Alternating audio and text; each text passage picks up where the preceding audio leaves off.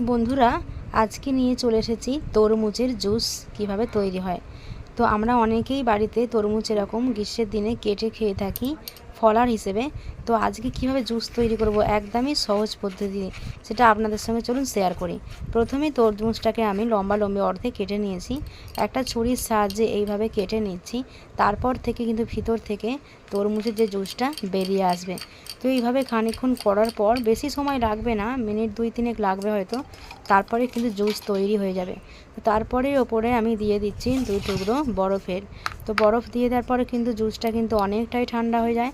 এরপর কিন্তু গরমে একদম তৃপ্তিদায়কভাবে খাওয়া যাবে, আর দেখবেন কিন্তু প্রাণটা একদম জুড়িয়ে যায়।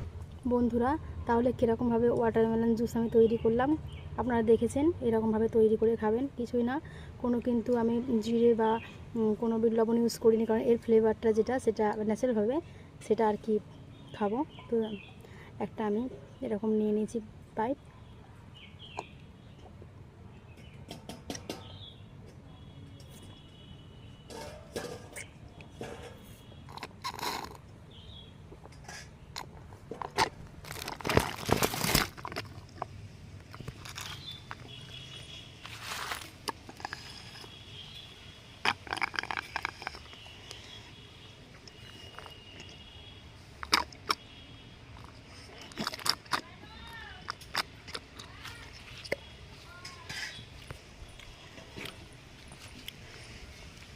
বন্ধুরা, গ্রীষ্মের দিনে এখন তো তরমুজ পাওয়া যাচ্ছে মার্কেটে, প্রায় অ্যাভেলেবেল।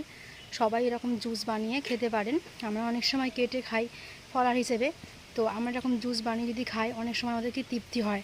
অনেকেরই বাড়িতে এরকম ফ্রিজ থাকে, বরফ থাকে, তো তারা এরকমভাবে করে খেয়ে দেখবেন।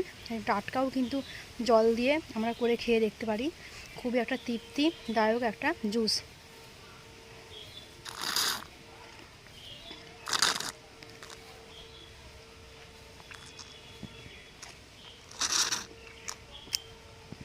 তো বন্ধুরা, ভিডিওটা কেমন লাগলো কিন্তু অবশ্যই কমেন্ট করে জানাবেন। ভালো লাগলে প্রচুর শেয়ার করে দেবেন।